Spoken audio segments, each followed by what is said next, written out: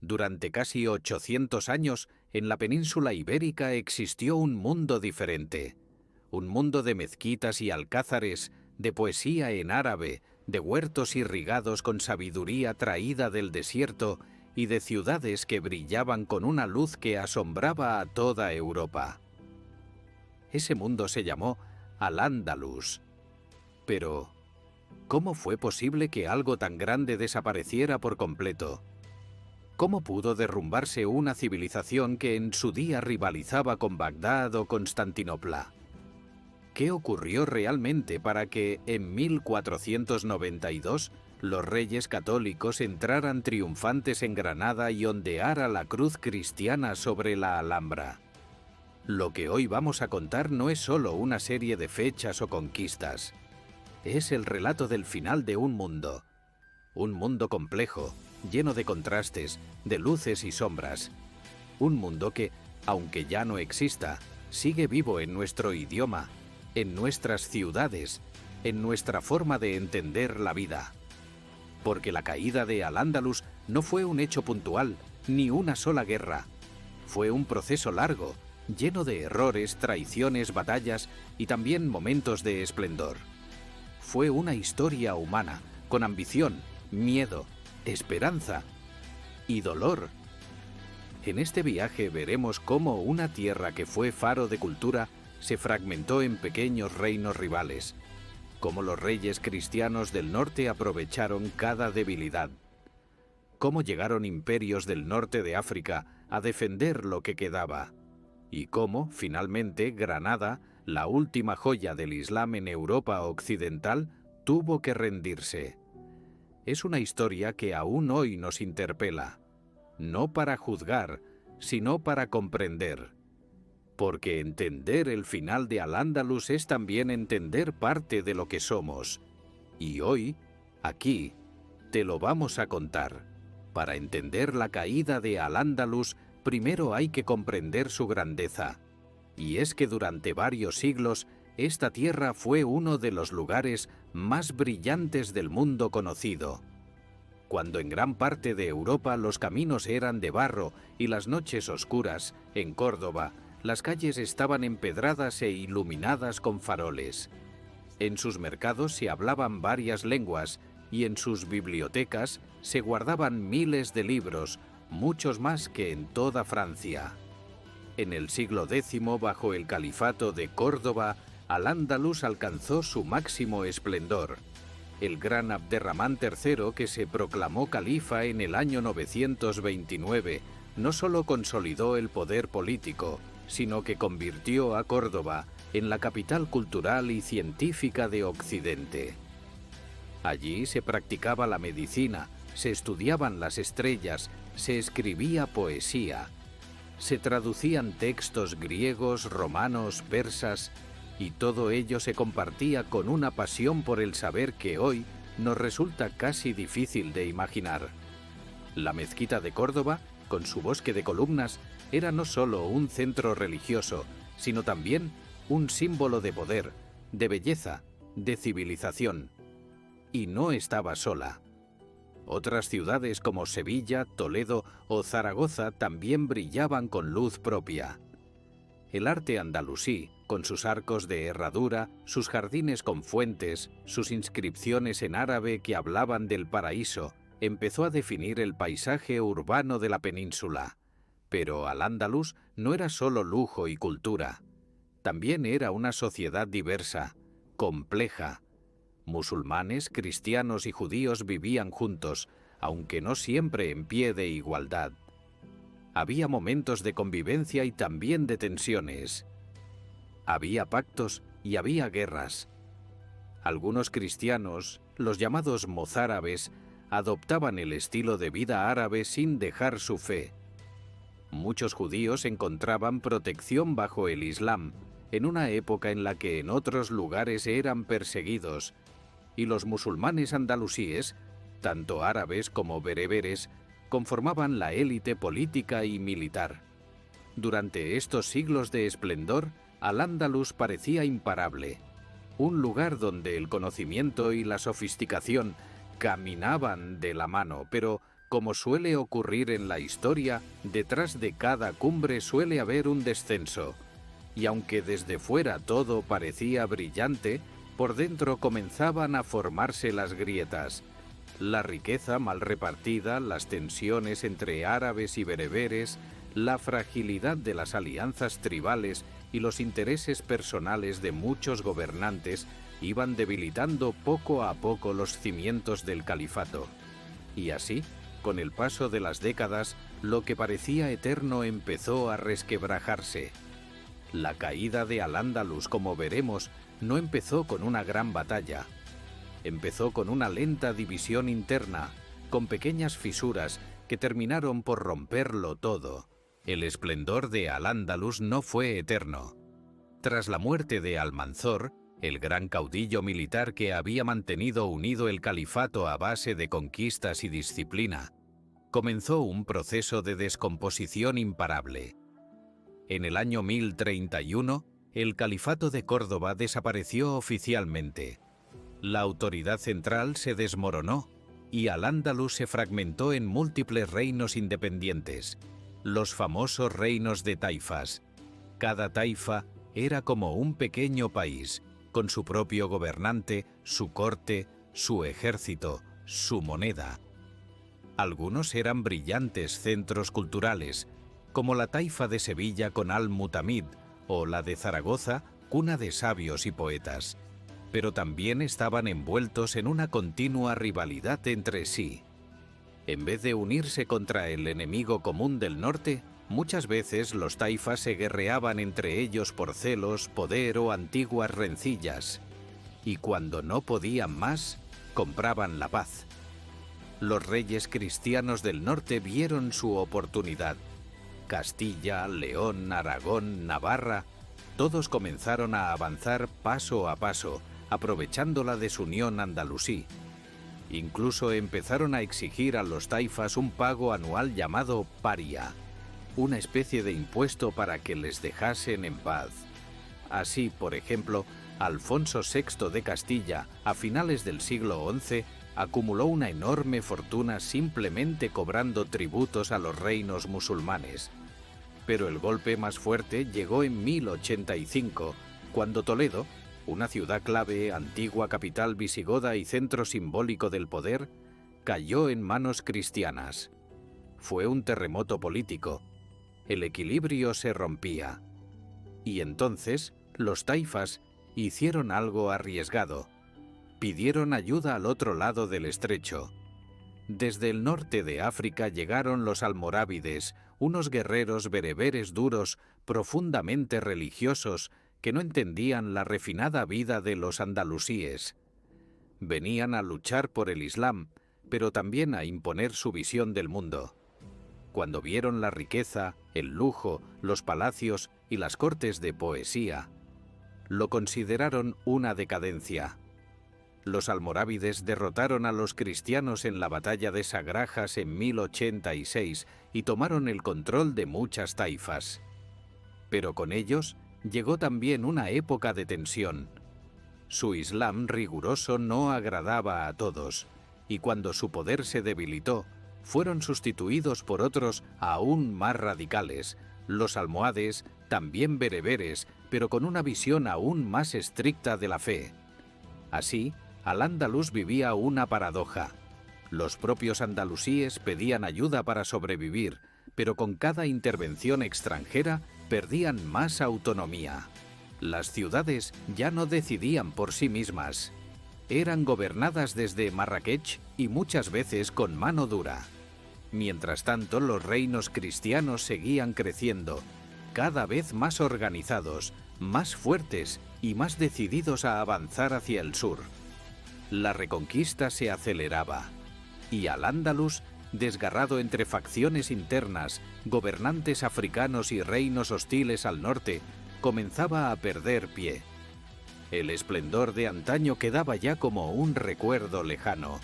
Lo que venía ahora era una larga, lenta y dolorosa retirada. Mientras Al-Ándalus se fragmentaba y sus gobernantes debatían entre pactos, tributos y disputas internas, los reinos cristianos del norte ganaban fuerza. Castilla, Aragón, León y Navarra, que durante siglos habían resistido con dificultad, comenzaron a pasar a la ofensiva. Con más población, mejor organización y una fe que justificaba cada paso hacia el sur, los reinos cristianos avanzaban con decisión. Uno de los momentos más simbólicos fue la conquista de Toledo en 1085 por Alfonso VI. No fue solo una victoria militar. Toledo era el corazón simbólico de la antigua Hispania visigoda, y su pérdida fue un mazazo para el Islam peninsular. Desde entonces, la presión sobre Al-Ándalus no haría más que aumentar. Durante el siglo XII, los almohades tomaron el control de lo que quedaba de los reinos de taifas e impusieron una nueva etapa de poder más centralizado, más teocrático. Desde su capital en Sevilla, convertida en un centro esplendoroso de arte y ciencia, los almohades intentaron frenar el avance cristiano.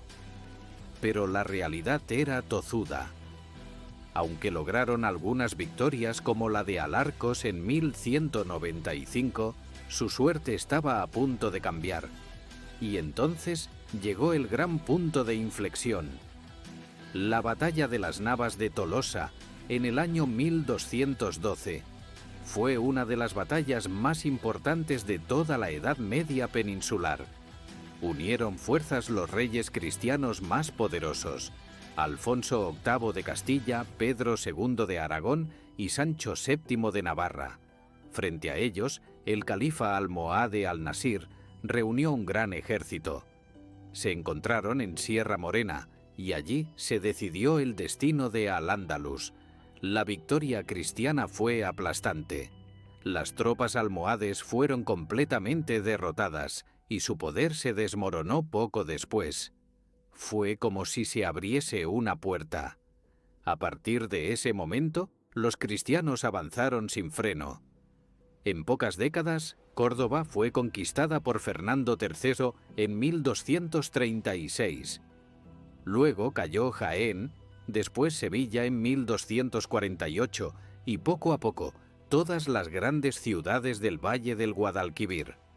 Las fortalezas musulmanas caían una tras otra, los territorios se replegaban y los musulmanes que no huían tenían que aceptar nuevos pactos o convertirse en mudéjares, es decir, vivir bajo dominio cristiano conservando su religión, aunque no siempre en condiciones justas.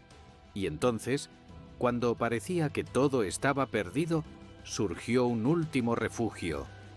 En el rincón sureste de la península, entre montañas y valles fértiles, se formó el reino nazarí de Granada, un último bastión musulmán, rodeado de enemigos pero todavía en pie.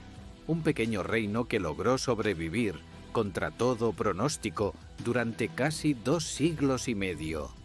Granada resistió con astucia, diplomacia y dinero. Pagaba tributos a Castilla, pactaba con unos y otros, se beneficiaba de las divisiones entre los cristianos.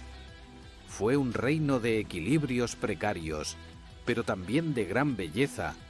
Allí se levantaría la Alhambra, una joya que aún hoy nos deja sin aliento. Pero la presión seguía aumentando.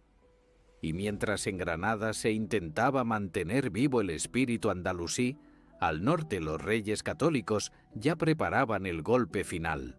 Tras la derrota en las Navas de Tolosa y la caída de las grandes ciudades andalusíes, el Islam en la península quedó reducido a un solo rincón, el reino nazarí de Granada. Fundado en 1238 por Muhammad I, fue una pequeña joya que sobrevivió rodeada por el creciente poder cristiano. Estaba encajado entre montañas, protegido por la abrupta geografía y por la astucia política de sus gobernantes. Durante más de 2 siglos, Granada fue un reino de equilibrio inestable. Pagaba tributos al rey de Castilla, pero mantenía su independencia. Jugaba con las alianzas, a veces incluso participaba en guerras entre cristianos. Era una especie de peón diplomático, pero también un centro cultural y artístico extraordinario. A pesar de su situación precaria, Granada brilló. Fue en esta época cuando se construyó la Alhambra, no como un simple castillo defensivo, sino como un palacio de ensueño, un verdadero poema tallado en piedra. Sus muros hablan de un mundo que aún creía en la belleza, en la armonía, en la perfección matemática del arte islámico. Mientras el mundo cambiaba a su alrededor, los nazaríes intentaban preservar algo que ya parecía pertenecer al pasado. Pero Granada no era ajena a los problemas internos. Las luchas por el poder, las intrigas en la corte, los enfrentamientos entre clanes familiares minaban su estabilidad. Hubo guerras civiles, derrocamientos, traiciones. Uno de los momentos más críticos llegó en la segunda mitad del siglo XV, cuando estalló una guerra interna entre el emir Muley Hacén, su hijo Boabdil y su hermano El Zagal. Mientras ellos se disputaban el trono, al norte Castilla y Aragón se unían en un matrimonio que cambiaría para siempre la historia de España. Isabel de Castilla y Fernando de Aragón, conocidos como los Reyes Católicos, supieron ver la oportunidad. Con el respaldo de Roma, el fervor religioso del momento y el deseo de unidad bajo una sola fe, decidieron acabar con el último reducto musulmán de la península. Pero no fue una campaña rápida ni sencilla. La Guerra de Granada comenzó en 1482 y se prolongó durante 10 largos años. Fue un conflicto de asedios, no de grandes batallas. Las tropas cristianas, bien organizadas y financiadas, fueron tomando fortaleza tras fortaleza, valle tras valle. A cada paso los caminos se llenaban de refugiados musulmanes que huían hacia el sur. La población sufría hambre, miedo, incertidumbre. Mientras tanto, en el interior del reino nazarí, Boabdil intentaba resistir, pero las divisiones internas y la superioridad militar cristiana hacían la derrota inevitable. Los granadinos vivían entre el miedo al enemigo y la desconfianza hacia sus propios gobernantes. Sabían que se acercaba el final, pero nadie podía decir cuándo ni cómo. La resistencia fue tenaz. Algunas fortalezas, como Loja o Alhama, resistieron ferozmente. Pero la maquinaria castellana no se detenía. Con el tiempo, incluso los propios habitantes de Granada comenzaron a resignarse. El cerco se cerraba. La ciudad, una joya encajada en las montañas, quedó aislada. Finalmente, en noviembre de 1491, Boabdil firmó las capitulaciones de Santa Fe, un acuerdo por el cual entregaba Granada a cambio de garantías para la población musulmana. Se prometía respeto a sus costumbres, religión, propiedades, un trato digno, al menos en el papel. Y así, el 2 de enero de 1492, los reyes católicos entraron triunfantes en la ciudad. Boabdil, con lágrimas en los ojos, entregó las llaves de la Alhambra. Se cuenta que, al mirar por última vez su ciudad desde una colina, su madre le dijo: «Llora como mujer lo que no supiste defender como hombre». Con aquella entrega se ponía fin a 8 siglos de presencia islámica en la península ibérica. Un mundo entero desaparecía. Y empezaba otro, muy distinto. La rendición de Granada en 1492 no solo fue el fin de un reino, sino el comienzo de una nueva etapa, llena de promesas y de traiciones. Aquel día de enero, los reyes católicos entraron en la ciudad con solemnidad. No hubo saqueo, no hubo represalias inmediatas. Se cumplió el pacto. Los musulmanes conservarían sus casas, sus tierras, sus mezquitas, su lengua, su religión. Todo quedaría, en apariencia, como estaba. Pero pronto quedó claro que esas promesas tenían fecha de caducidad. Al principio, la política fue de convivencia vigilada. Se nombraron representantes para proteger los derechos de los musulmanes. ahora llamados mudéjares, pero con el paso del tiempo, la presión para que se convirtieran al cristianismo fue aumentando. La tolerancia se transformó en sospecha, y la sospecha en persecución. En 1499, apenas 7 años después de la rendición, comenzaron los primeros levantamientos por las conversiones forzosas. Los musulmanes fueron obligados a elegir entre el bautismo o el exilio. Muchos, queriendo conservar sus hogares y su modo de vida, aceptaron el bautismo, pero lo hicieron de forma superficial, sin abandonar sus costumbres, su idioma, sus ritos. A estos nuevos cristianos se les llamó moriscos. Y aquí comienza una historia triste y compleja, la de los moriscos. Gente atrapada entre dos mundos, entre dos culturas, entre la desconfianza de unos y la represión de otros. Aunque oficialmente eran cristianos, eran vigilados constantemente. La Inquisición sospechaba que seguían practicando el Islam en secreto, y en muchos casos tenían razón. ¿Cómo se abandona de un día para otro una fe heredada durante generaciones? En los pueblos y ciudades andaluzas se intentaba mantener viva la memoria de Al-Ándalus. Se hablaba en voz baja, se cocinaban platos tradicionales, se rezaba en secreto. Pero el clima social se volvía cada vez más asfixiante. Cualquier sospecha podía acabar en un proceso inquisitorial.